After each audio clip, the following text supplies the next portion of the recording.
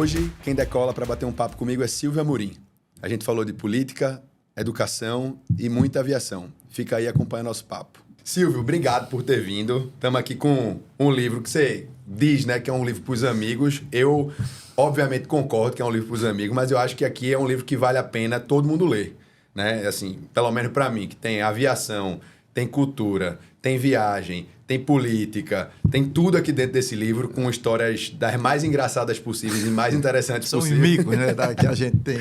São os mais interessantes possíveis. Então, assim, deixar aqui, ó, para quem quiser adquirir, a gente depois deixa na descrição do vídeo, Uma Viagem de Volta ao Mundo da Minha Aldeia, de Silvio Amorim. Silvio, me conta aí, né? Aqui nesse livro tem um montão de história. Tem de avião, tem de barco, tem de moto, tem de tudo que você imaginar. Tem as histórias do interior de Pernambuco há muito tempo atrás. Tem as histórias de quando seu pai pegava hidroavião aqui Exato, aqui no Recife, aqui, a próximo Cais de Santa Rita. Me conta aí como é que... Primeiro, como foi que a aviação surgiu na sua vida? A gente sabe que você pilota, tem várias histórias aqui que eu quero conhecer depois mais a fundo. Mas me conta aí como foi que surgiu, essa paixão veio como? Dudu, primeiro eu quero te agradecer aí o convite para participar do programa. É um prazer. É um prestígio estar aqui com você, viu? Você tão simpático e é um prazer estar aqui com você. Olha, eu digo sempre o seguinte, que todo mundo deveria escrever um livro, porque todo mundo tem belas histórias, né? Eu digo sempre que cada mundo, cada pessoa é um mundo, cada pessoa é um universo, né? Então, todo mundo tem belíssimas histórias para contar, para dar exemplos também, não é? E aí você pergunta, como é que eu entrei na aviação, né? Que é o seu mote, aqui é o seu forte. Mas a gente não precisa ficar na aviação, a gente pode passar em tudo, não tem problema nenhum. A gente quer conhecer as histórias. Eu sempre tive vontade de voar. Isso é aliás, eu acho que toda criança, tudo. Mas eu sou meio teimoso. Quando eu boto um negócio na cabeça, aí eu digo... Bem, então, logo cedo, eu tentei viabilizar, tentei criar alguma forma, e eu terminei indo. Fui levado para o Aeroclube pelo um senhor que morava lá perto de casa, que era pai de um amigo meu, doutor Valdir Monteiro Moraes. E doutor Valdir, ele me levou lá para o Aeroclube e tal, e lá eu comecei a conversar com o pessoal e tal, terminei me habilitando no curso, não é? Fiz o curso, passei mais ou menos quase 2 anos, fazendo devagarzinho o curso, aprendendo, e me brevetei. Me brevetei desde sempre. Eu nunca tive a intenção de fazer aviação profissional, porque eu tinha outro rumo na minha vida, que eu sempre eu optei pela vida pública. Eu queria fazer vida pública. Mas eu acho que a aviação também poderia contribuir, né, até pelo conhecimento e tal, para essa minha vida. Então, a partir daí... Entrei na aviação, voei muito, né? E chegou até um ponto, né, no início do ano 2000, eu digo, eu vou parar de voar, eu vou deixar descansar o meu anjo da guarda. Ele já está cansado, Tiveram muitas aventuras nesse meio tempo. Muitas aventuras. Eu, sem querer, terminei aprontando algumas, né? Que ele me ajudou, graças a Deus. Eu agradeço muito a meu anjo da guarda. E estou aqui para contar a história. É isso aí, bom demais. Mas me conte aí uma dessas histórias. Assim, no livro tem muita coisa, né? Mas da parte da aviação, acho que tem uma icônica de quando você estava voando, acho que no interior de Pernambuco, né? E aconteceu você estava ali dando alguns rasantes na época. É verdade. Olha, nessa época, eu tinha me brevetado há pouco tempo, né? E esse negócio sobe da cabeça, né? Porque você se acha, né? É um perigo. Olha, o piloto, que chamam de manicaca, né? Recém-formado, é um perigo. Porque ele se acha que está acima de tudo. Então, e que consegue fazer qualquer coisa, né? Qualquer coisa. Aí saiu eu e um amigo, aí nós fomos até Goiânia. Só que essa cidade de Goiânia, eu tinha algumas amigas lá, alguns amigos e amigas lá e tal, tudinho. E eu já tinha ido outras vezes lá, dando passadas lá, dava um rasante, umas coisas lá e tal, e sempre ia. E à noite ia lá colher os frutos, né? Aí todo mundo, olha aí, o Silvio é o piloto e tal. Passou por aqui de manhã. Passou por aqui, exatamente e tal. Aí, num belo dia, a gente resolveu pousar. Eu digo, vamos pousar aqui. É uma estrada que você sai da BR e entra à esquerda, assim, que vai para Condado. Tá. É uma estrada que vai para Condado. Aí, a estrada estava muito boa, inclusive estava sendo asfaltada. Ela não estava asfaltada ainda, mas estava bem lisinha e tal. Eu digo, vamos pousar aí e tal. Vamos aproveitar. Então. Aí eu fiz fiz o procedimento, né? A gente faz uma varredura antes, passa baixinho assim para ver o que é que tem e tal, se tem algum obstáculo e tal. Mas só que eu comecei a fazer a reta final, eu fiz um pouco adiante, aliás, mais atrás. E com isso daí, eu não percebi que tinha uma rede de fio cruzando a pista. E na hora da aproximação, quando foi na hora do pouso mesmo, já na altura de um poste, eu encontrei 6 fios de telégrafo na frente. Aí o avião pegou, ainda levantei, né? Consegui puxar, pegou 2 fios, e graças a Deus, porque talvez se tivesse pego o terceiro, não tivesse aqui para contar a história.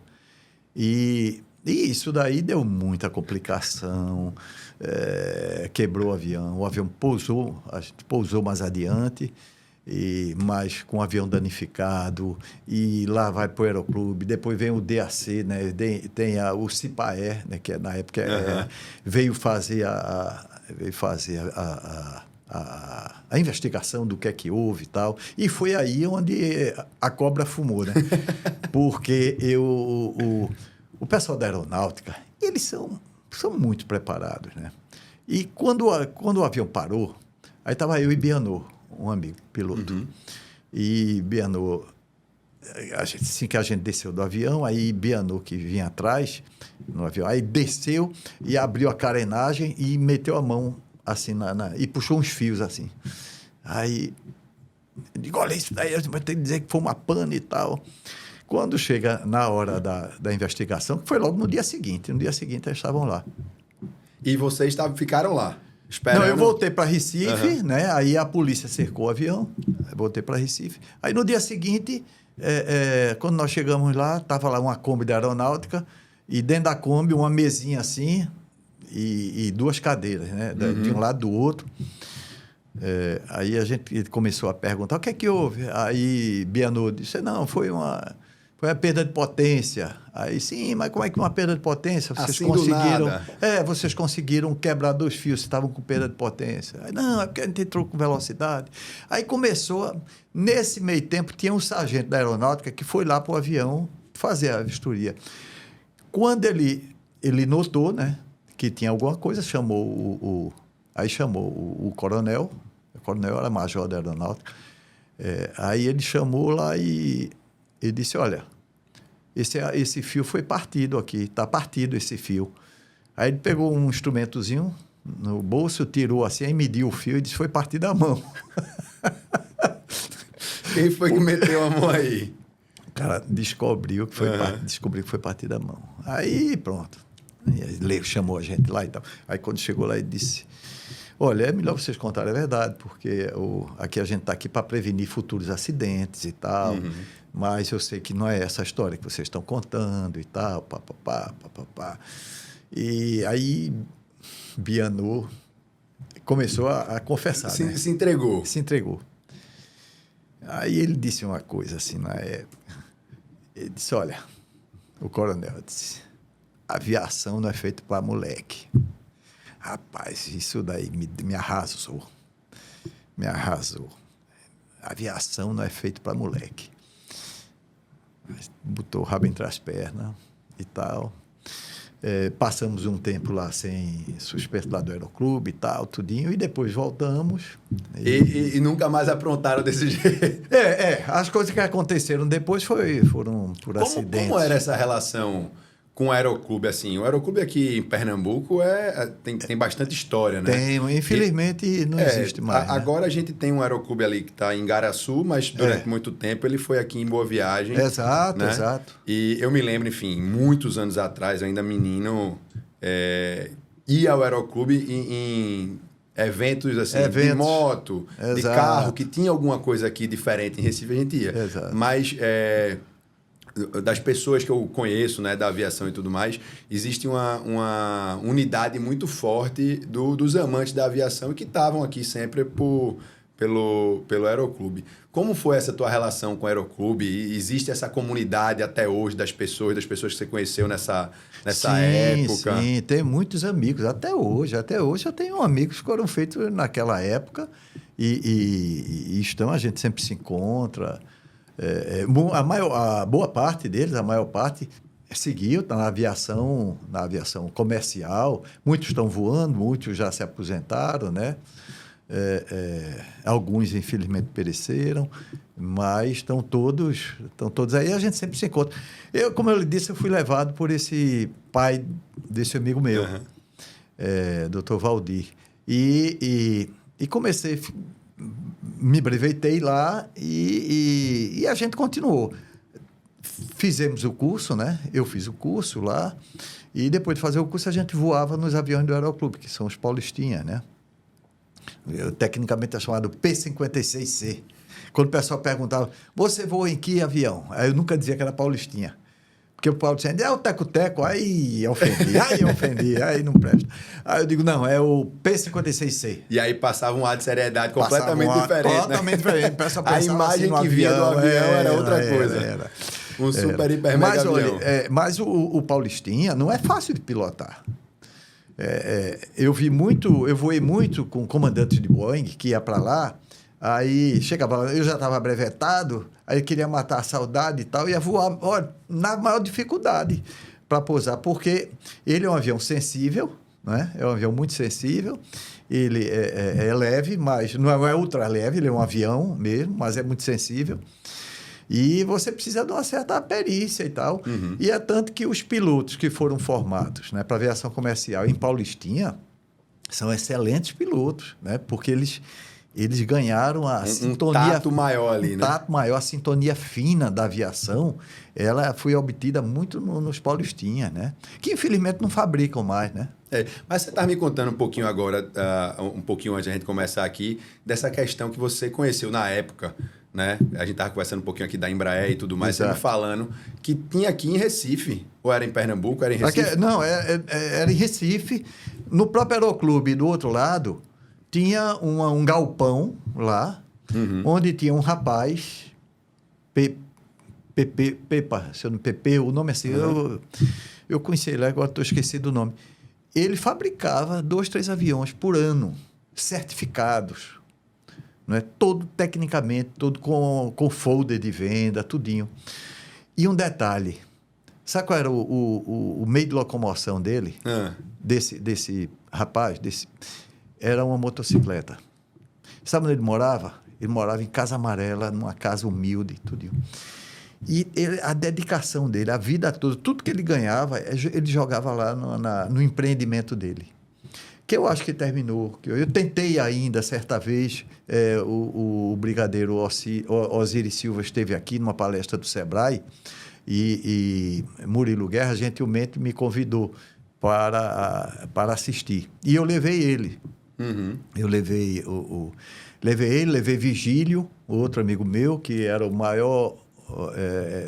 tinha o maior número de horas de bandeirante, né, que era o xodó do Osiris Silva, e levei Geraldo Guidotti, que era um avião que era um amigo piloto, né, até um pouco mais velho. Quando eu cheguei no Aeroclube ele já estava brevetado e foi piloto governador aqui durante muito tempo. E ele voava bandeirante, voou Xingu. Ele voou Xingu, que até onde me consta foi um dos primeiros aviões executivos, né, da Embraer. Exatamente. A Embraer veio com o bandeirante ali da época do ITA e tal. Exato. Fez em série, aí depois foi Ipanema, Chavante, Xingu. Exatamente. Já entrando para a aviação executiva. O Xingu entrou na executiva, agrícola. que voou muito e até hoje tem Xingu voando por aí. Entendeu? Esses aviões é só você manter a célula em perfeito estado, manutenção, motor e manutenção, que ele tá voando aí. Então eu levei ele para lá e o Osiris Silva ficou muito entusiasmado com o que viu. Né?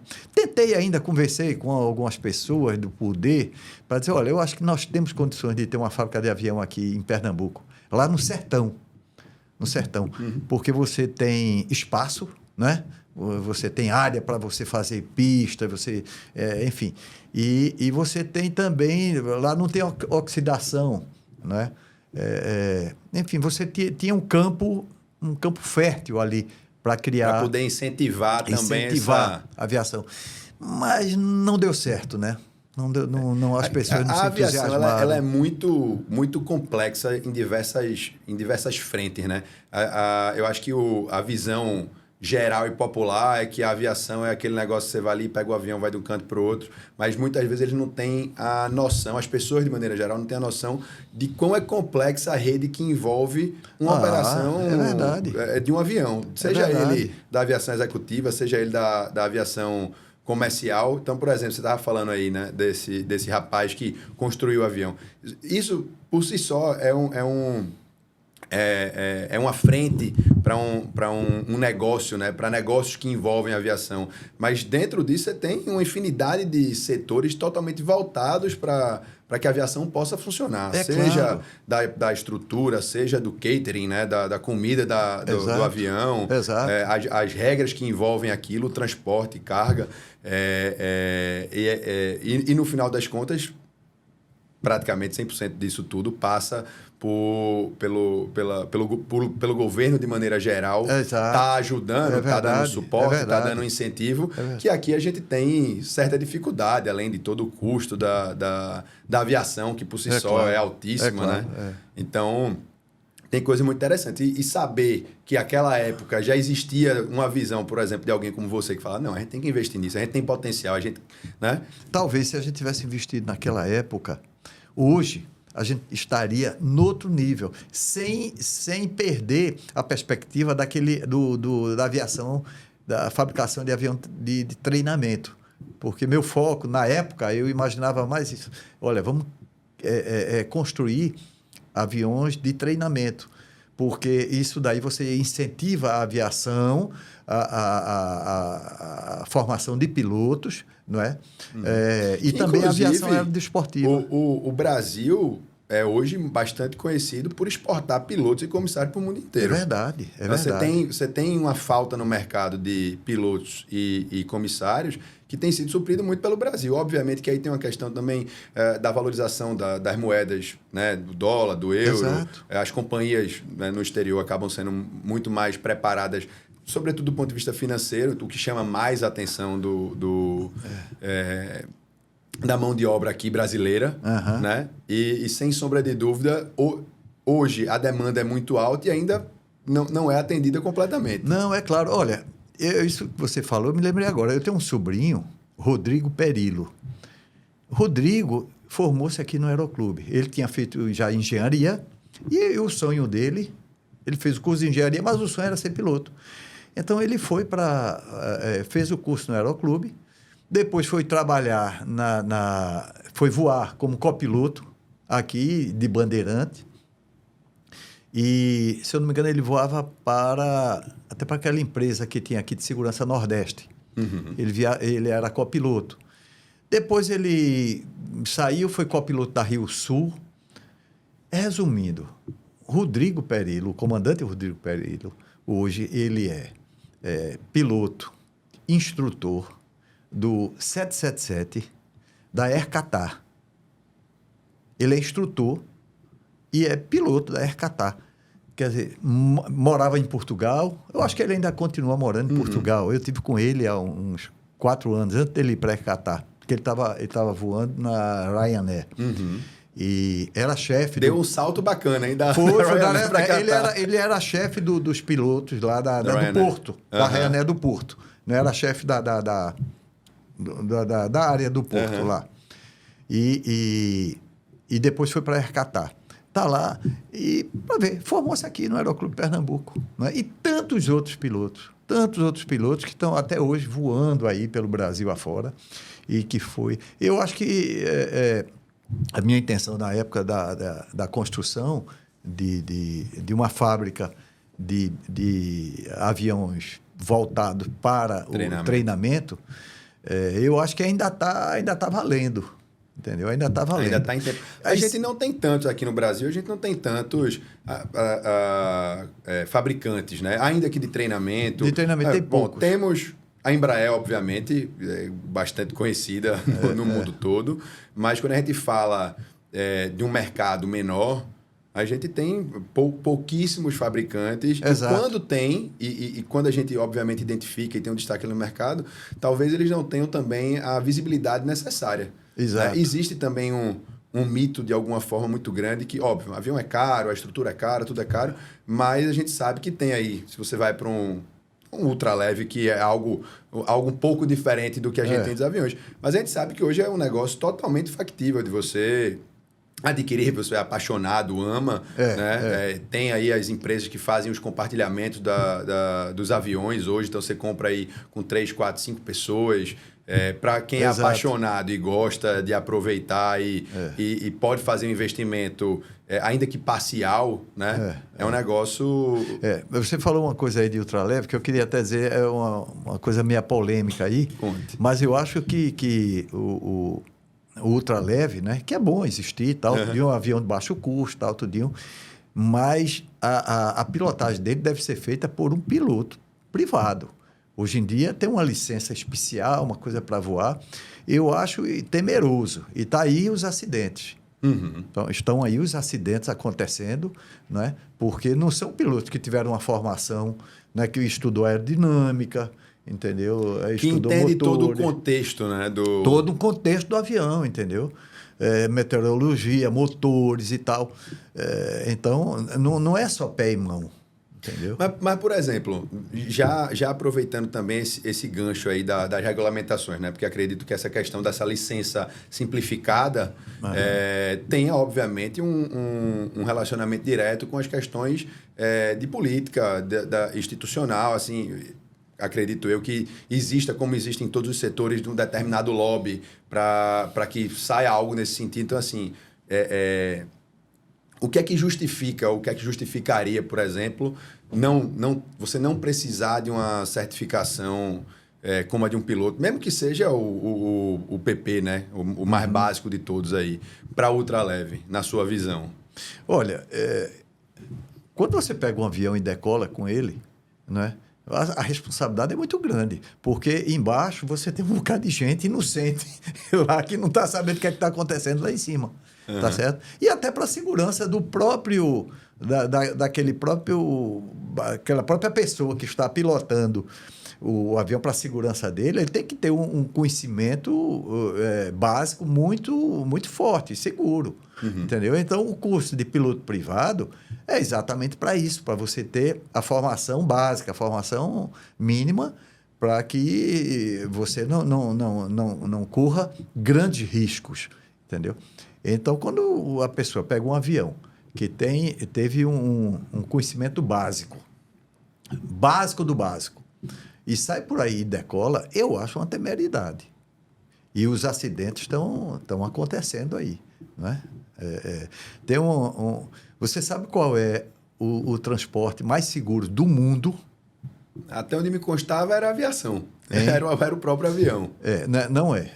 O primeiro lugar é o elevador. O elevador. Esse daí é o transporte mais seguro. A relação de acidentes com vida e tal, tudo. É o elevador. O segundo é o avião. Agora, o avião comercial. Esses aviões comerciais que viajam pelo meio do mundo aí. Não está incluído aí a aviação menor.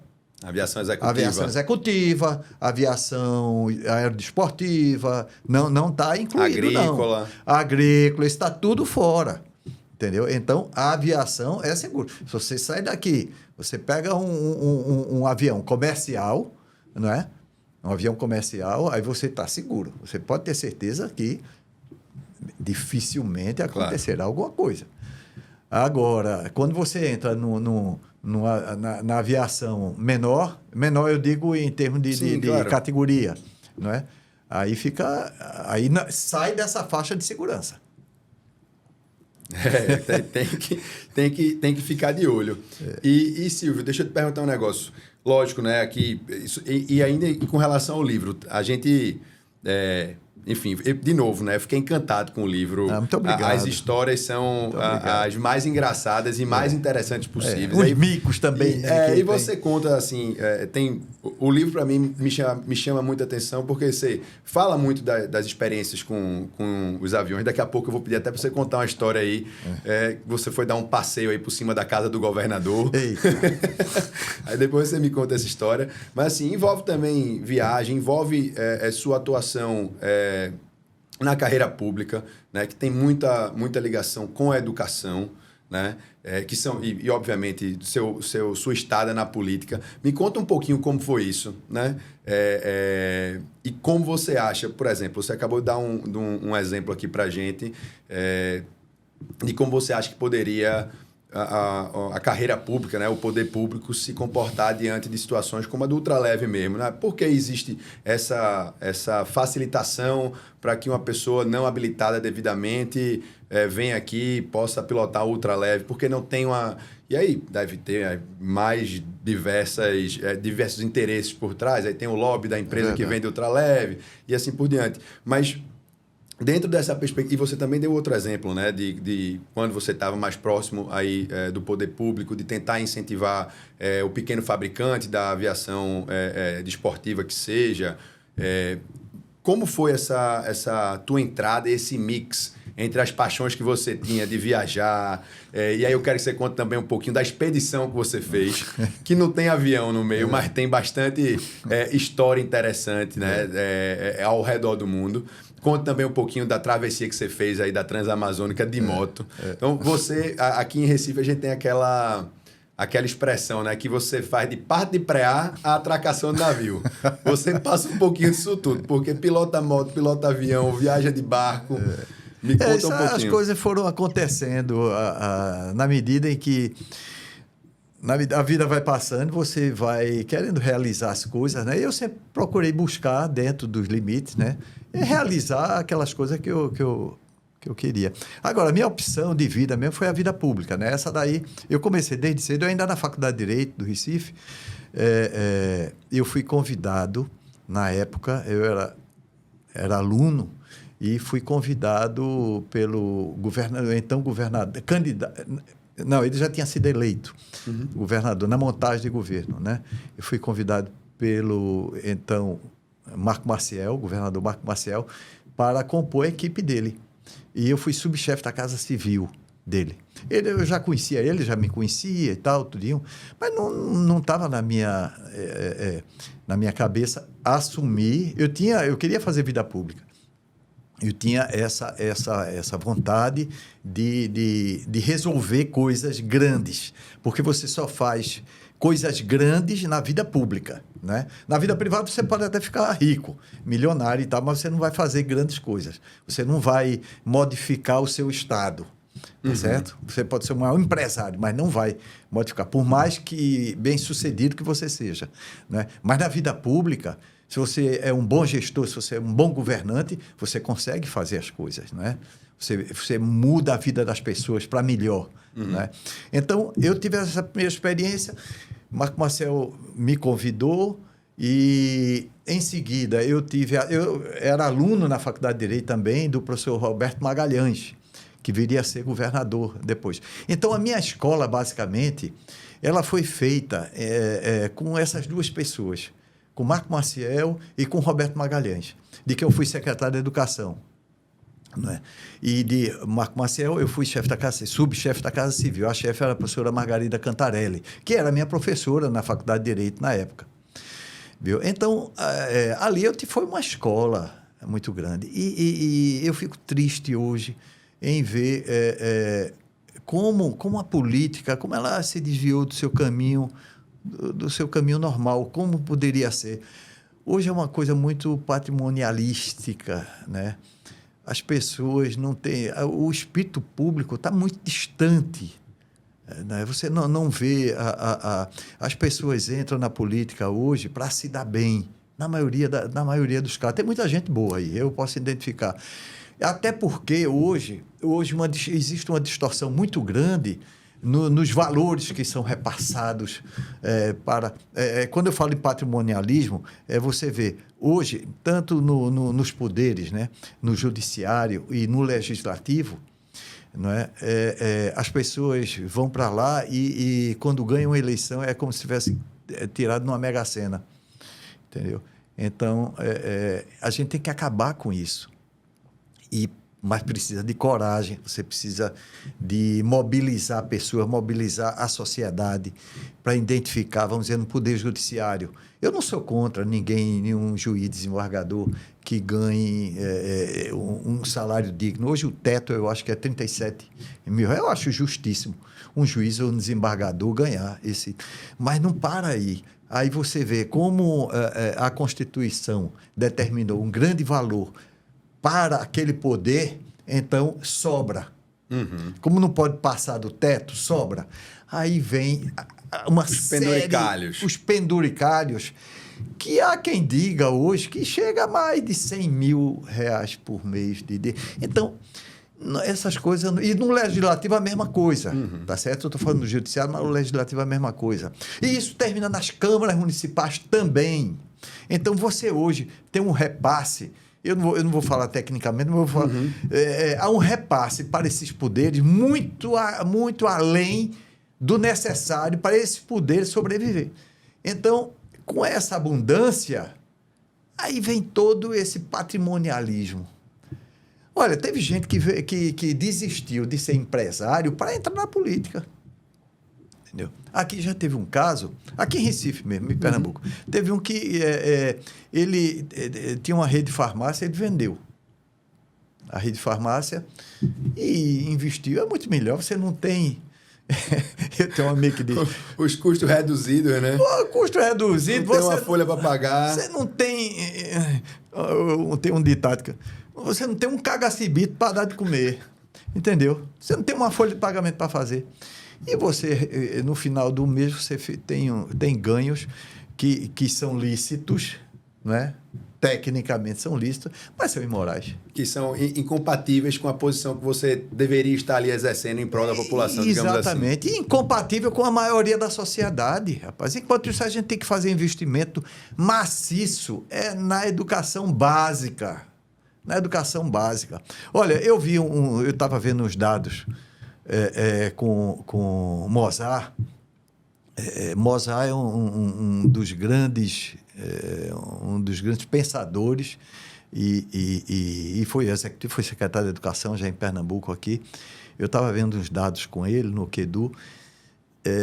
O QEDU é um site que eu recomendo todo mundo entrar para avaliar. Você fica brincando ali e vendo as distorções, as coisas. Matemática, por exemplo. Eu vou te dar um exemplo. Matemática. Você sabe quanto o nível de aprendizagem do nosso aluno brasileiro, a média, de uma forma geral, de aprendizagem do currículo de matemática, o aluno brasileiro, ele capta, principalmente das escolas públicas, ele capta só 12% do que ele tinha que aprender em matemática no Fundamental 1 e 2, ele só consegue aprender 12%. Aí eu fui fazer uma média com os Estados Unidos. Os Estados Unidos, 55%. 55%, o cara, a partir dali, ele pode desenvolver, né? Aí eu fui ver na China, 95%. Para onde é que nós estamos indo? Né? Tá aí, olha, esse dado é um dado... Não é tirado é dado de avaliação de órgãos oficiais. Não é chutômetro, porque o brasileiro tem mania de dar 12% de tanto, 30% de tanto e tal. Mas aí o QEDU é um site responsável que ele pega todos os sistemas de avaliação do MEC e pega também de outras partes do mundo. Né? Então, ele chega... Então, eu estou te dando só esse dado de matemática. Eu não vou falar o resto aqui, porque senão a gente vai passar o resto do tempo falando dessa avaliação. Não, mas é importante também. Assim, eu acho que de tudo que a gente está falando aqui, e por isso que eu volto a reforçar o seu livro, é uma combinação das coisas que eu mais gosto na vida, né? Que é educação, política, aviação e viagem. Então, como eu te disse, voltando Então, eu tive essas experiências aí na vida pública. Me elegi, fui vereador do Recife, né? E eu falo isso, eu não falo querendo agredir, não, entendeu? Claro. Porque eu tive lá, eu vi. Entendeu? Você não precisa de toda essa estrutura, você não precisa de toda essa coisa, você não precisa de cargo de exposição, nem juiz, nem desembargador, nem vereador, nem deputado. Precisa dessa estrutura pessoal para exercer o mandato. Você vê no mundo todo aí, os caras saem no seu carro, pegam um ônibus, pegam um bonde, pegam um trem, entendeu? Você não precisa. Aqui não, aqui é uma coisa assim meio patrimonialista. O cara se acha, ele não pode, ele não vai andar. Quando eu estava na Câmara, quem me alertou isso uma vez, falando, foi até o Homero Lacerda. Eu fiz parte da comissão de transporte, e era do consórcio. O que na época não era o que é hoje. Sim. Mas tinha tinha o conselho da Metropolitana de Transporte e tal. Então, eu fazia parte representando a Câmara. Aí, uma vez por semana, eu pegava o ônibus. Eu nunca achei isso nada de anormal. Mas eu pegava o ônibus, ao invés de ir no meu carro para a Câmara, eu pegava um ônibus e ia para ver. Só para ver e tal, tudinho. Aí, uma vez, o Homero Lacerda viu eu descendo o ônibus, aí foi fazer esse comentário e espalhou e tal. Eu espero que sirva de exemplo isso. Mas eu fazia isso daí para ver o funcionamento. E aquilo dali, depois, quando eu chegava nas reuniões, eu falava da sujeira dos ônibus, falava do negócio, tal, tudo. E eu não dizia que tive lá e fiz, tal, não. Para não cheirar demagogia. Mas é isso que as pessoas têm que viver, né? O homem público, hoje, ele tem que viver para poder ter consciência de fazer as coisas bem feitas, não é? No seu mistério, que é hora no legislativo, hora no executivo, hora no judiciário. E o que a gente vê, na verdade, é uma distância muito grande do que é feito, né? Assim, do que deveria ser feito e do que é. Exato. Esse exemplo que você deu agora, não tem um pouquíssimo conhecimento de parlamentares ou pessoas públicas que, de fato, se investem na posição do cidadão para saber como é que está aquela situação A, B ou C. Né? Tem muita gente, ainda tem muita gente. Eu vejo aqui na própria Assembleia, mesmo aqui em Pernambuco, na própria Câmara, no Judiciário, eu conheço muitos juízes e desembargadores que têm a mesma opinião minha. Agora, eles ficam numa situação complicada, né? E de encontro com os pares, muitas vezes. E de encontro com os pares, né? Mas eu conheço muito, que exerce a sua atividade, até porque está de pé aí, né? O nosso sistema está de pé ainda, porque existem essas pessoas, né? Mas tem muitas distorções. Ô, Silvio, bom, você é uma pessoa que, enfim, educação sempre permeou muito do que você fez, né? Embora eu tenha lido também no seu livro as peripécias da sua época de escola. Ainda bem que quando eu era secretário de Educação, ninguém sabia daquelas histórias. Né? Que são, de novo, muito interessantes, mas isso é uma questão muito curiosa e muito importante também de lidar. Na tua visão, o que é possível de fazer? Né? O que é que efetivamente traria um resultado para o Brasil? Porque todo mundo conversa, todo mundo fala, não, a educação é a base de tudo, a educação é a base de tudo. E eu tenho obviamente eu concordo, e eu acho que a educação ela está segregada de diversas formas diferentes dentro da sociedade da gente. E aí você vai falar assim, não, o ensino, né, ir para o colégio, ter um bom ensino técnico é educação. Aí vai ter gente dizer, olha, não adianta você ter um ensino técnico e não ter um suporte familiar, não ter um suporte mais completo. Sempre vai faltar alguma coisa ali. E me parece muito, isso você pode ver, né, em qualquer esfera, que a gente patina muito. Né? A gente está sempre tentando, vamos fazer isso, vamos fazer aquilo. E eu acho que todas as tentativas de implementação, de melhoria da educação de maneira geral, elas são 100% válidas e elas têm que continuar existindo. E consigo, obviamente, desde que parei para perceber como é que esse negócio funciona, que existe sim melhoras pontuais. Mas eu sempre fico com esse sentimento de que todo mundo sabe a receita do bolo, né? Mas ninguém nunca entrega o bolo pronto, no seguinte sentido. Bom, agora temos uma estrutura que funciona. Agora temos algo, a gente consegue tirar daqui, né? Tirar das nossas crianças, tirar, seja na educação básica, na educação média ou não digo suplementar, mas como é que eu falo isso? No ensino médio e fundamental, médio e superior. Você tem, obviamente... E a gente tem uma estrutura uma pirâmide invertida, no final das contas, né? Você tem quem tem acesso a uma educação de ponta, digamos... Hoje, muito menos do que antigamente, mas ainda existe. Quem tem acesso a essa educação de ponta das universidades públicas e tudo mais é quem tem... todo o suporte é quem tem uma família, muitas vezes, economicamente estabelecida e tudo mais. Mas como? Como é que a gente resolve esse problema? Na prática? Na prática, né? Olha, vê só. Em primeiro lugar, eu acho que a educação ela deveria ser o catalisador aqui no Brasil hoje de permear todas as atividades. A educação ser catalisadora. Tá? Então, vamos começar pelo ensino superior, né? Você hoje tem uma educação, você tem a universidade pública, né? A universidade pública hoje, nós temos em torno de vou arredondar aí, né? Não é o número exato, mas você tem umas 140 instituições de ensino superior no Brasil, federais, né?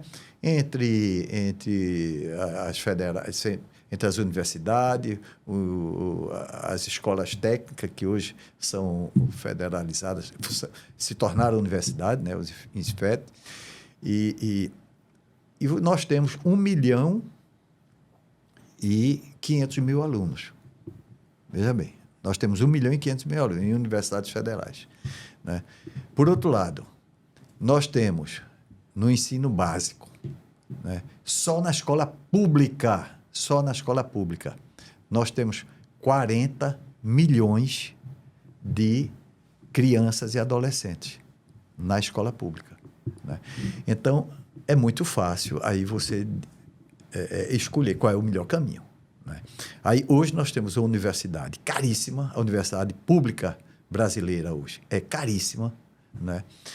E só vai para lá, a maioria das pessoas, claro, tem muita gente que conseguiu ultrapassar essa, só vai para lá as pessoas que tiveram todas essas condições que você acabou de dizer, né? Claro. Tem uma condição social boa, estuda uma língua fora, enfim. Então, são esses alunos que vão para as federais. Então, isso é uma distorção, não é? Tem uma coisa que muita gente abomina, pensar em universidade federal paga. Eu acho que deve ser paga por quem pode. Hoje nós temos um sistema aí no imposto de renda. Você sabe que o imposto de renda hoje, ele é feito, você recebe e pronto. Esse ano mesmo, quando eu recebi o imposto de renda pronto. Ele sabia de tudo. Sabia o que eu recebi, sabia enfim, tinha todo, e disseram, olha, é tanto que você tem que pagar. Então, o imposto de renda hoje tem todas as facilidades para identificar quem pode e quem não pode pagar a universidade, né? E se houver alguma distorção, você vai lá e explica, né? Então, quem pode pagar a universidade, eu acho que deve pagar. É uma questão de justiça social, tá? Quem não pode pagar, aquele que é filho de um homem, de um trabalhador, que ganha 2, 3 salários mínimos, que não vai ter condições de pagar uma universidade, que essa daí o Estado tem que abrir a vaga para ele, né? Então, com isso daí, o governo federal, ele gasta uma boa parte dos seus recursos da educação nas universidades, não é? Aí o governo federal diz, mas a Constituição diz o seguinte, que a minha responsabilidade é só o ensino superior, tá certo? Mas isso daí pode ser modificado. Isso daí não tá na Constituição, mas você pode alterar. Aí você tem o Estado, que fica com o secundário, e você tem o município, que fica com o fundamental, né? Aí chega lá no fundamental, você não tem tantos recursos para dar uma boa base a esses alunos para que ele possa crescer nessa sua carreira estudantil, né? Então, o que eu vejo é o seguinte, tem que ter uma reforma grande nisso daí e justiça seja feita. Teve um ministro aqui, o ministro Paulo Renato Souza, que foi o ministro do presidente Fernando Henrique Cardoso. Ele conseguiu, ele fez uma revolução na educação, né? Ele deu condições, melhorou muito as condições do ensino fundamental. Ensino fundamental, 1 e 2, ele criou o Fundef, que depois se transformou no Fundeb, que hoje pega também o segundo grau, não é? E com isso daí, o Fundeb melhorou muito, mas nós estamos ainda muito distante do ideal. Mas isso, quando você fala distante do ideal, eu concordo, mas eu acho que eu ainda sinto que a questão da estruturação... O que falta? Assim, perfeito. Eu entendo toda a questão de que a gente tenta, ajusta e melhora o procedimento e traz mais um elemento de um lado e divide melhor o bolo ali em questão dos recursos e o governo federal dá um suporte ao município, eventualmente ao estado, cada um divide sua área, mas a minha percepção, e você falou uma coisa muito interessante para mim, quando você fala assim, eu acho que quem tem condição de pagar, deveria pagar, eu concordo. Mas eu acho que essa percepção das pessoas enquanto cidadão, ela é difícil. Assim, eu não consigo enxergar, não consigo ver o cidadão, de maneira geral, hoje, se colocando nessa posição e dizendo assim, não, eu posso. Eu posso, tem pessoas que não podem, e eu deveria fazer pela sociedade. E aí a gente entra numa discussão sem fim, porque vão ter outras pessoas que vão dizer, não é todo mundo igual, eu tenho que ter o mesmo direito que Cicraninho e Beltraninho. E aí você entra numa indefinição de como o negócio tem que ser feito. Então, a minha percepção é que acho que a gente tem que fomentar mais o interesse comum. Porque, não estou dizendo que não exista, mas eu acho que para além de tudo que é feito do ponto de vista político, técnico, de processos e tudo mais... falta, eu diria que em muitas pessoas, essa perspectiva de que a gente tem que, ou deveria pelo menos, pensar no social antes de dizer, não, o meu direito é igual e para mim está ótimo e paciência, se alguém pode, se alguém não pode, eu posso. Né? Seguir o beabado que estava escrito ali. Eu acho que falta um pouco disso. Não... mas quando eu digo isso daí, não é deixar a critério do cidadão, não. Não, claro. É através do imposto de renda. Não. Entendeu? Passou. É dependente, o rapaz é dependente da família e tal. Que família é essa? Vamos ver o imposto de renda. Pode pagar? Pode. Pagou, paga. Não, pode pagar? Vai pagar. Mas o que eu estou dizendo não é... Eu concordo. Eu acho que de alguma forma, isso poderia ser feito. Mas o que eu sinto falta, muitas vezes... é talvez do fomento dessa visão de sociedade mais justa. Sim. Ou de sociedade que enxerga que o outro tem uma necessidade maior ou menor e que não precisa necessariamente de uma lei que o force ou de uma conduta pré-determinada para decidir se vai fazer do jeito A, B ou C. Não vamos esperar nunca. Isso daí não vamos esperar nunca. Não é? Isso daí, nesse caso, se junta a direita e a esquerda. Aí eles estão juntos nisso daí, entendeu? Eu me lembro há muitos anos atrás, tem uma pessoa que eu acompanhei também assim, a vida pública, que pessoalmente me dava muito bem com ele, que era foi ex-deputado Oswaldo Coelho. Né? Eu me lembro dele uma vez, ele dizendo, a filha dele, Patrícia, estudava numa escola pública, numa universidade pública, aí ele dizendo o absurdo, eu posso pagar a universidade da minha filha, né? E não tenho como pagar, né? Porque não tem nenhum instrumento para pagar, né? Então, tem gente que pensa, tem gente que ainda...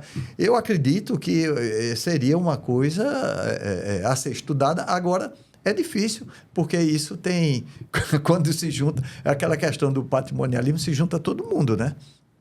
Quando é para tirar, se junta todo mundo para todas as tendências, né?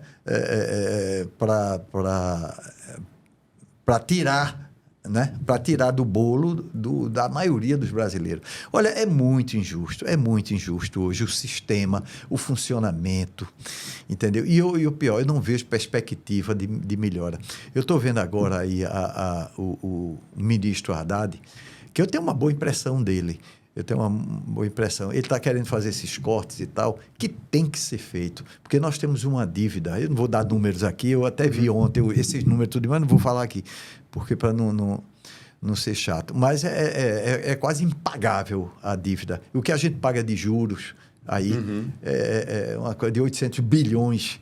É um negócio assim terrível. E isso daí sai da receita, né, da receita do governo, né? Então, e para a gente minimizar isso, você tem que fazer um monte de corte. Aí você tem esses cortes, isso que eu falei agora, do judiciário, legislativo e executivo menos, por incrível que pareça. O executivo, ele investe mal, né? Mas os salários, as coisas, eles não são absurdos. E as vantagens também no executivo não são muito grandes. Mas isso daí tem que ser feito, tem que ser dado esses cortes. Nas câmaras municipais, você vê, nós temos 5.550 municípios nesse país, que recolhe para as câmaras municipais um valor que vai até 7,5% do orçamento do município. Entendeu? É um percentual bastante relevante. Isso é um rombo nas contas do município. Que aí, com isso aí, como sobra muito dinheiro, aí você vê os escândalos, né? Aí atrai também pessoas que não deveriam ir para a política. O ruim é isso. A entrada da política normalmente é pela Câmara Municipal, né? Então, essas vantagens atraem pessoas que não deveriam estar lá, né? Aí eu vejo um exemplo, eu dou sempre esse exemplo. Quem deveria estar na política, quem deveria estar na Câmara, nas assembleias, são aquelas pessoas de espírito público. E sabe onde é que você encontra essas pessoas de espírito público? E eu posso falar que eu não faço parte desses órgãos. Mas você vê gente do Rotary, aquelas pessoas do Rotary que se dedicam para aquelas reuniões todo mês e tal, até pagam para participar e tal. Lion, qual é outra? Tem algumas... os grupos de serviço, né? De serviço comunitário que ele tem. E tantas outras instituições, pessoas que são vocacionadas. Essas pessoas é que deveriam estar lá. Não vão, porque não dá para concorrer. Essas pessoas vão concorrer lá, eles vão beber água, entendeu? Não vão conseguir chegar, entendeu? Porque é uma disputa injusta na hora da eleição. É um ambiente muito complexo, né? Você acertar, investir toda uma energia querendo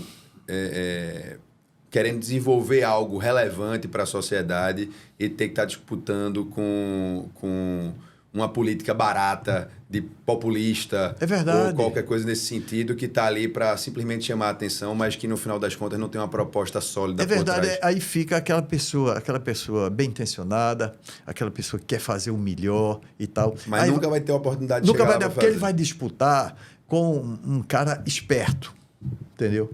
Com gente que tá ali, vai falar qualquer coisa para aparecer e outra coisa, tá investido, ele vai fazer um investimento financeiro porque ele sabe que ele vai ter um retorno. Inclusive, é triste eu estar dizendo essas coisas aqui, mas infelizmente é a realidade, entendeu? Mas eu quero dizer que tem muita gente boa. Olha, eu fui eleito vereador do Recife aqui. Eu fui eleito, eu acho que foi por um milagre também, porque...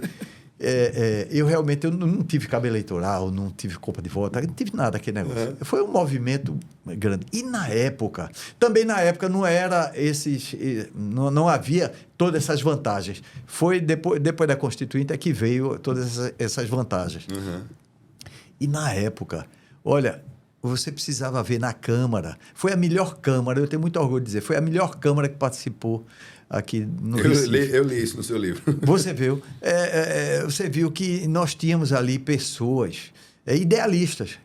Todos eles, diferentes, pessoas diferentes. Com um propósito específico voltado para a sociedade. Voltado para a sociedade, todo mundo entusiasmado. E foi um momento muito bom, onde nós fizemos a lei orgânica, que é a Constituição Municipal, e depois o Plano Diretor da cidade do Recife, do qual eu tive o privilégio de ser o relator do Plano Diretor da cidade do Recife, que é um instrumento importantíssimo na organização da cidade, do município, né? Então, e eram pessoas assim, eu não quero ser injusto aqui, não me lembrar, mas eu me lembro de pessoas que eram realmente idealistas. Você vê, Gustavo Krause tinha sido governador de Pernambuco. Aí foi para a Câmara Municipal. Foi para a Câmara Municipal para contribuir num momento importante. Né? Teve Gustavo Krause, João Braga, foi meu colega de Câmara, foi a primeira eleição dele também, André Campos, André de Paula, enfim, tantos nomes, João Paulo, que depois foi prefeito. Rapaz, olha, eu identifico aí, Cadoca. Olha, foi uma Câmara, assim, exemplar. Augusto Lucena, foi o último mandato dele, ele já velhinho e tal, tudinho. Então, foi uma Câmara muito produtiva. Eu tenho muito orgulho de ter sido companheiro dessas pessoas, né?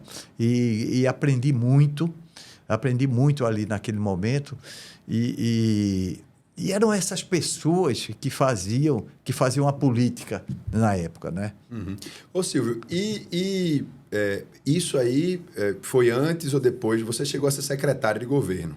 Eu fui secretário de Educação. Educação. Fui de Roberto Magalhães. E essa parte aqui que a gente está falando da Câmara, ela foi anterior ou Foi posterior? Foi anterior. E logo depois você foi secretário, é isso? E depois eu fui secretário de Roberto Magalhães. E foi nessa... Bom, me conte, vá. Aí, sim, eu queria lembrar também desses colegas de Câmara. Olha, a Câmara estava tão bem representada na época que tinham pessoas... tinha a bancada do futebol. Tinha a bancada do futebol. Aí tinha o esporte, Homero Lacerda. Santa Cruz, Zé Neves. Tudo vereador na época. O Náutico, André Campos. E, na época, o presidente da Federação Pernambucana de Futebol, Fred Oliveira, também era vereador. Então, olha, era um ambiente fantástico.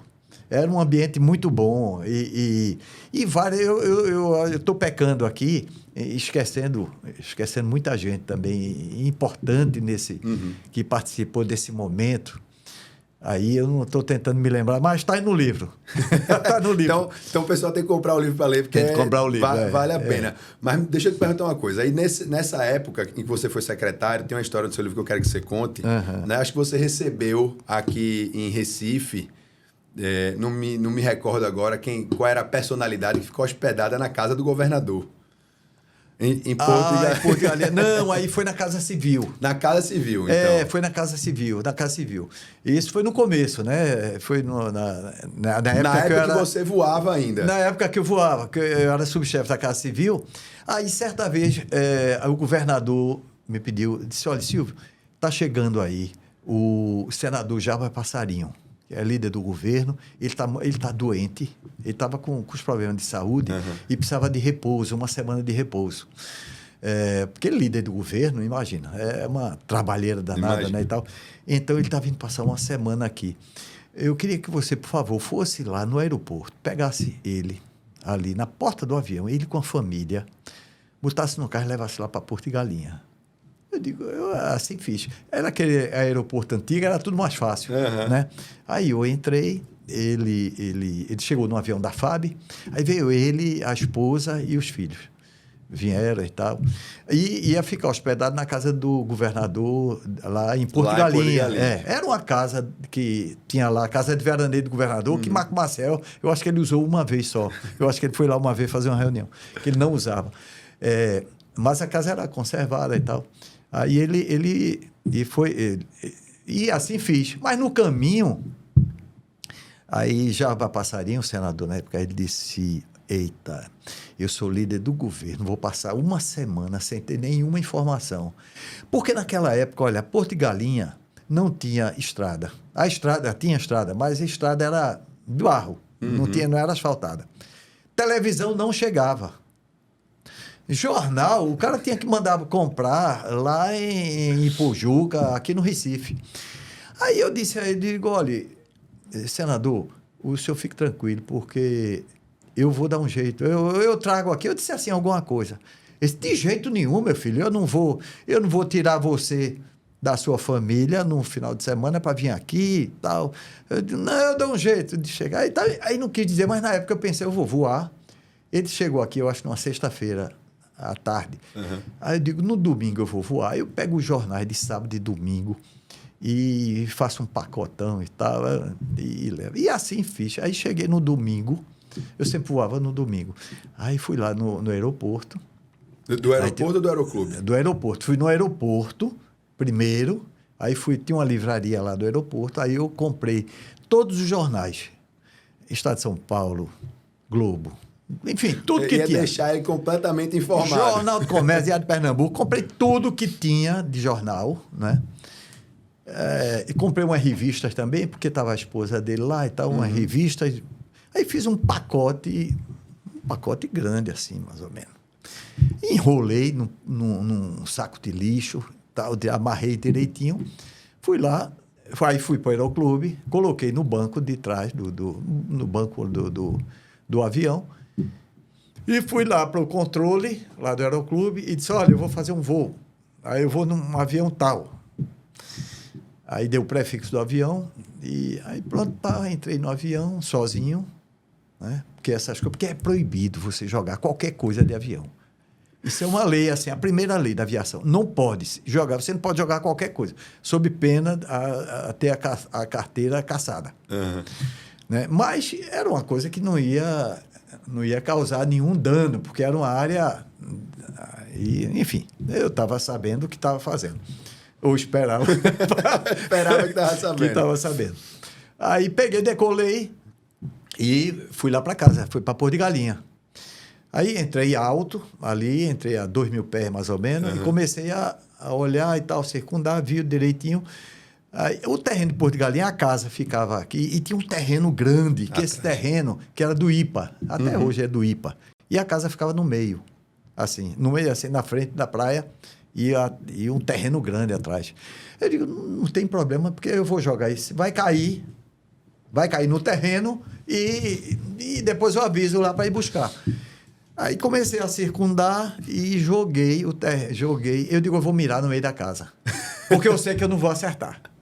Né? Mas pelo menos vai ficar próximo, para ficar o mais próximo. Aí eu entrei alto, abri a janela do avião, aquele vento danado. Aí eu olhei assim tal, e joguei o pacote. No que eu joguei o pacote, aí eu fiquei acompanhando, né? O pacote foi. O pacote indo. Vum. Caiu no meio da casa. Eu digo, mas rapaz, eu tô com uma pontaria boa. Aí caiu no meio da casa.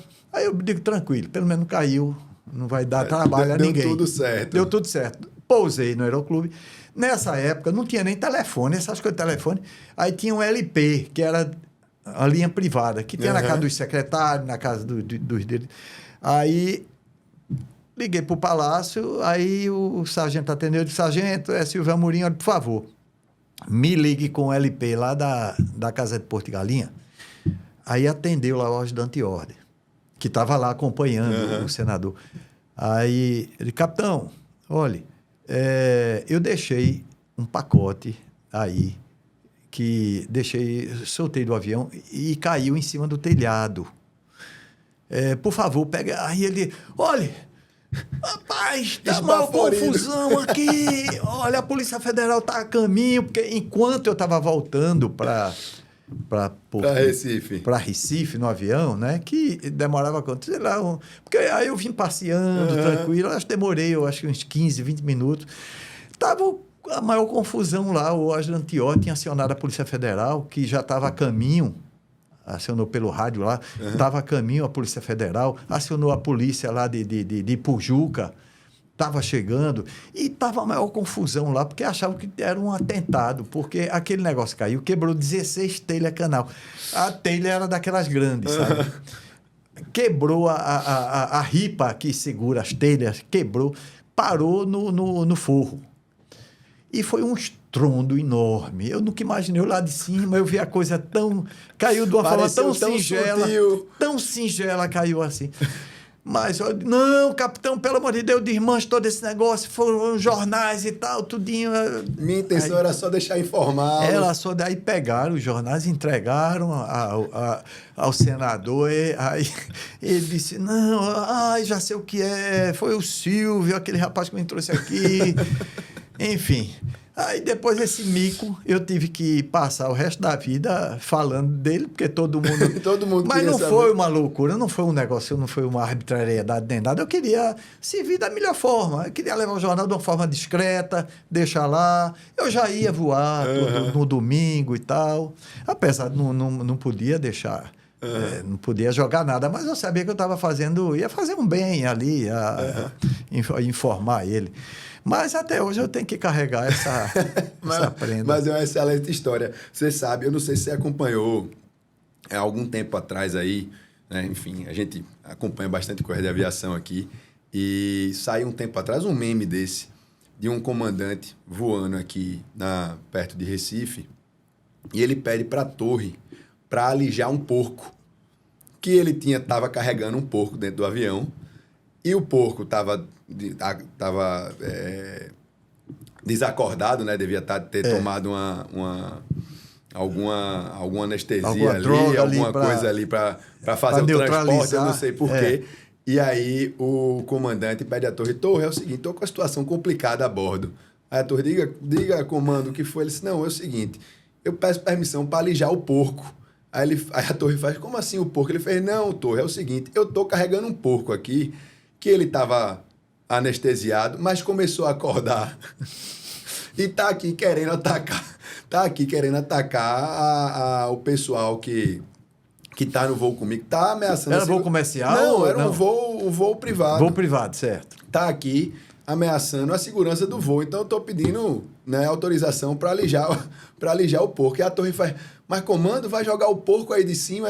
Aí o comando faz o seguinte, torre, a situação está ficando preocupante, porque o porco, daqui a pouco, estou vendo a hora dele invadir o cockpit e ameaçar a segurança do porco. Aí a torre autoriza, eu não sei o que acontece, porque no final das contas é só a fonia do voo.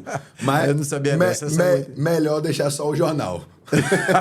E se for levar um porco, ter certeza que ele não vai acordar no meio do caminho, que é perigoso, Ô Silvio, deixa eu te perguntar outra coisa. Também, né, enfim, você teve toda essa trajetória aí de vida pública e tem, não só porque eu lhe conheço, mas também várias informações que a gente tira do livro, você sempre foi um apaixonado e continua sendo apaixonado pelo caráter histórico não só de Pernambuco, mas do Brasil como um todo. E você fez um trabalho aqui, não sei se ele permanece, né, de identificação aí de prédios históricos, das placas, das ruas. Eu queria que você contasse um pouquinho disso. A gente tem... o pernambucano, sobretudo o recifense, é bastante conhecido por ser bairrista. Né? E eu acho que é justo, até porque, né, dentre as opções brasileiras, nós estamos entre os melhores. Exato, é verdade. E aí, eu acho muito bacana essa relação que o recifense tem com a cidade, tem com a cultura, tem com o patrimônio histórico daqui, e que a gente carrega desde que nasceu. É verdade. E quando eu conheci essa sua frente, né, também de identificação dos prédios históricos e tudo mais, e colocando as placas e contando a história, né, de muita coisa que a gente tem aqui, e até quem é daqui de Recife poucas vezes sabe também. Para mim foi um negócio impressionante. Eu queria que você me contasse essa história e depois que você me contasse duas coisas, para a gente terminar aqui também, senão a gente vai passar o dia inteiro conversando. Por mim, que me contasse como foi sua experiência na Transamazônica, deve também ter histórias maravilhosas, sim. E a expedição ao redor do mundo. Então, eu vou deixar com você esses três temas aí. Tá certo. O primeiro essa relação com o patrimônio histórico. Com o patrimônio, veja bem. Há uns anos atrás, em Portugal, uma das primeiras vezes que eu fui a Portugal, eu vi uma coisa que me chamou a atenção. Nas ruas, você tinha o nome você tinha o nome da rua em azulejo, que é uma coisa bonita, né? E alguma indicação, alguma informação sobre o patrono da rua, vamos dizer assim. E aquilo ali eu achei tão interessante. Eu digo, pô, Recife, a gente podia ter uma coisa dessa, né? E fiquei com esse negócio na cabeça. Na época, conversei até com um prefeito amigo, na época, mas ele... ele disse, vamos ver e tal, tudinho, mas essas coisas terminou sem acontecer. Bem, passou-se o tempo e eu assumi fui para o Instituto Arqueológico, Histórico e Geográfico Pernambucano. Quando eu assumi o Instituto lá, e depois assumi a presidência, depois de um tempo assumi a presidência do Instituto, a gente tinha uma certa limitação financeira. Eu digo, olha, eu vou juntar a fome com a vontade de comer. Eu vou fazer esse projeto aqui e é uma fonte de renda e também eu vou fazer o que eu gostaria de fazer, que era colocar essa... Então, criamos esse projeto, A História nas Paredes, né? Que são placas em azulejos que a gente coloca nas esquinas, nos locais públicos ou privados, com autorização, evidentemente, e contando a história da rua. Avenida Rui Barbosa. Aí você vai encontrar lá um pequeno trecho, quem foi Rui Barbosa, o que é que ele fez, entendeu? E, enfim, isso daí hoje nós já estamos com 300 placas de azulejo. Agora, cada placa dessa é uma história. Não só uma história que está registrada lá do patrão. Mas a história de como foi para colocar como ela é lá. que foi para colocar lá. Porque normalmente eu tenho um senhor aí que é muito meu amigo, aliás, aniversariou ontem, 83 anos, seu Cabral. Seu Cabral é o José Cassiano Cabral de Souza. Seu Cabral, ele é do Instituto Arqueológico, ele não é pedreiro, ele é o gerente lá do Instituto, mas ele tem uma habilidade muito grande e ele coloca aquelas placas. Eu vou com ele vai como pedreiro e eu vou como auxiliar de pedreiro. E dessas 300 placas, eu acho que nós já colocamos umas 250, eu e ele. Porque algumas são colocadas pelo próprio parceiro que patrocinou a placa. Então, cada placa dessa tem duas histórias. A história e tem a história também... E qual delas, para você, foi a mais curiosa, assim, que chamou bastante atenção? Tanto para colocar, quanto da história do local? Teve uma que é muito engraçada. Foi a Joaquim... oh, meu Deus, ali que fica próximo a Celpe. Rua Joaquim, já eu me lembro o nome. Tá. Todo mundo vai saber quem é. Aquela rua que liga a Fernando Vieira com a João de Barros. Sim. Joaquim Felipe. Essa rua, o nome dela anterior era um nome muito curioso. Né? E eu falei com um prédio lá, porque isso aí você tem que bater na porta. Meus sábados e domingos. Normalmente eu vou lá atrás, vou perguntando às pessoas. Olha, você permite, autoriza colocar aqui no muro e tal, tudinho. Aí eu bati em uns 2 prédios na rua Joaquim Cardoso. Joaquim Felipe. Aí fui lá e bati numa porta. Olha, que a gente queria colocar, explicava para tudo bem, não tem problema. Olha, de toda forma, eu vou lhe mandar o layout para você ver. Aí, quando a pessoa bateu e voltou em 2 prédios, né? Quando ele olhava o nome antigo, ele dizia, olha, vê só, não vai dar para botar, não, porque a gente pode virar chacota. Aí eu digo, isso é história, meu amigo, não sei o que e tal, tudinho. Aí, o nome tinha Rua Joaquim Felipe. Aí a gente bota o nome antigo, essa dela, Beco do Cu do Boi. Aí o cara dizia, não vou botar. Essa eu não vou botar, não. E eu fiquei com aquele negócio engasgado. Aí teve e já tinha um apoio cultural, que era de um amigo, advogado, um grande advogado aí, Tânia Farias. Aí, Tânia, cadê a placa, rapaz? Não achou, não?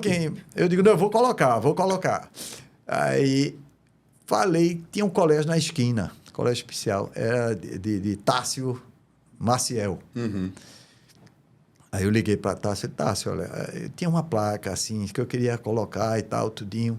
Não, Silvio, pode ir, tranquilo, pode colocar, coloque lá no muro da escola. Né? Aí eu digo, Tássio, deixa eu explicar para você. Para depois você não reclamar comigo. Não reclamar, né? É uma escola e tal. Ele disse, olha, Joaquim Felipe, tem a história todinha e tal, tudinho. mas tem um nome antigo da rua. Como era o nome antigo da rua? Era Beco do Cu do Boi. Aí ele, quá, quá, quá. Mas bote amanhã, rapaz. Isso é nossa cultura. É isso mesmo. Não, pode botar. Tá lá a placa até hoje. Tá lá no muro do colégio oficial. E tem algum lugar onde a gente encontra onde é que essas placas estão ou a gente tem que sair procurando na rua? Rapaz, são 300. Eu não, se você me perguntar agora... Mas tô dizendo assim, tem um site onde a gente identifica onde as placas estão e tal... Rapaz, quem vier para Recife vai andando na rua, principalmente vai no achando. centro, nas Graças, na Torre, ele vai achando. Eu tenho em casa a relação, mas como era é um negócio muito artesanal, tudinho, é um negócio muito doméstico quase. Eu saio dia de sábado, aí vou e tal, aí o povo, a família reclama e tal, olha, não, vai... Eu digo, não, mas eu tenho muito prazer em fazer isso. E eu me sinto tão feliz quando a placa lá está colocada. Eu sei que aquela placa vai ficar a eternidade, porque eu só coloco em lugares onde eu sei que ninguém vai derrubar. Tem um pessoal, não sei se você conhece, tem um pessoal aqui em Recife que eles fazem uma caminhada que chama Caminhada Domingueira. Conheço. Não, Chico Cunha.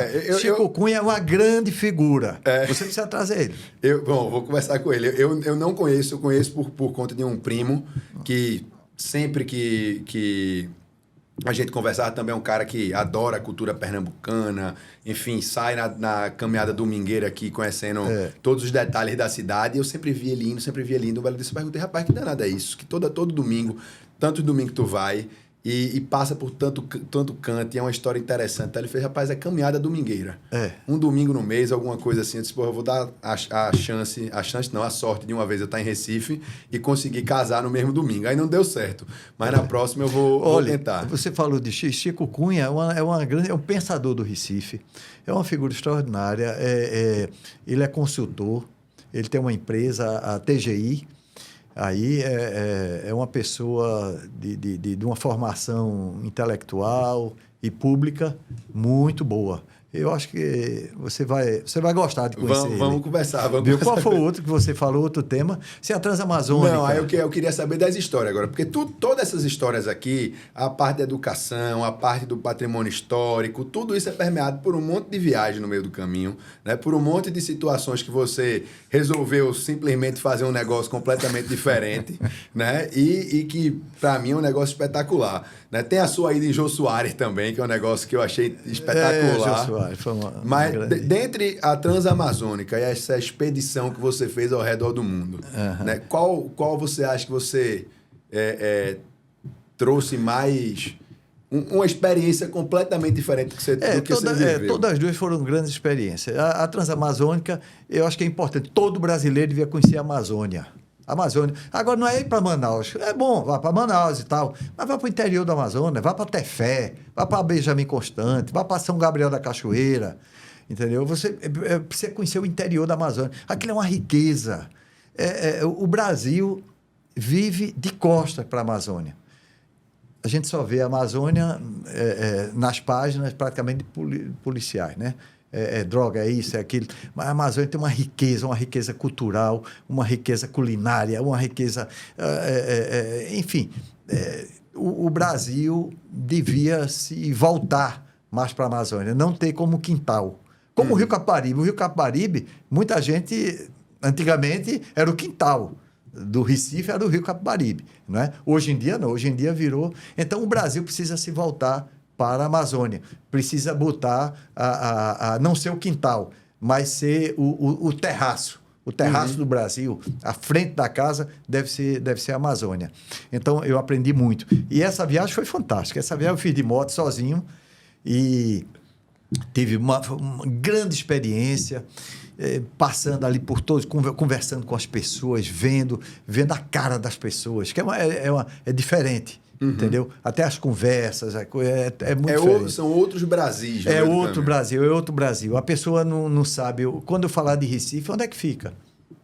As pessoas, você veio de onde? Veio de Recife. Pensar que eu vinha do município...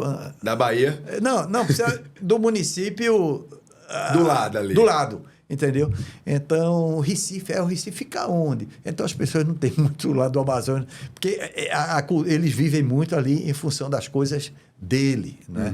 E a volta ao mundo foi uma coisa que eu sempre quis fazer, foi fazer fazer a circunnavegação, né? Eu tentei fazer de carro, tudo isso imaginando, no papel e tal. E todos os planejamentos, porque você também planejou a volta ao mundo de avião. De avião, tentei, tudo isso no planejamento, né? Mas sempre dava assim. Eu digo, olha, tem uma forma mais confortável, né? Que eu peguei um navio que fazia a rota toda. Ele fazia a circunnavegação. Então, foram 4 meses dentro desse navio. Dentro, eu digo mais, saindo e voltando. Quer dizer, conheci uns 40... foram uns 40 países, 50 cidades, mais ou menos. E foi uma experiência enorme. Você descer, você está uma hora... Você está na Nova Zelândia, né, uma cultura... Aí você passa um dia, quando você chega na Índia, entendeu? E outra coisa, é a sua casa andando. A minha casa virou o apartamento do navio, era a minha casa. A nossa casa, que eu fui com minha mulher, era a nossa casa. Tanto que Patrícia, às vezes, esquecia, dizia, eita, olha, eu estava rodando pela cidade, vamos voltar para casa?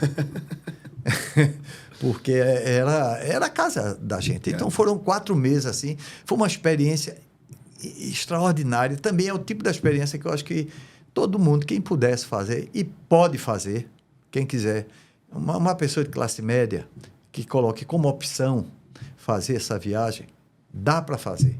Dá para fazer. Todo ano sai o navio dá para fazer.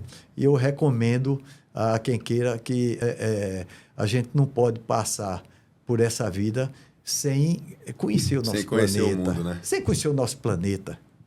E se puder conhecer dessa forma ainda por cima, melhor ainda, né? Melhor ainda, viu?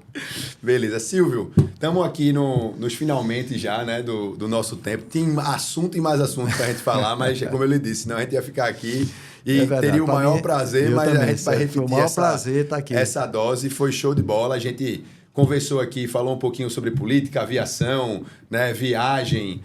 tudo que você imaginar que permeou não só a história desse livro, mas sua história. Então, se você curtiu esse papo, só curtir, compartilhar, ativar o sino das notificações e acompanhar a gente para mais. Valeu. Muito obrigado.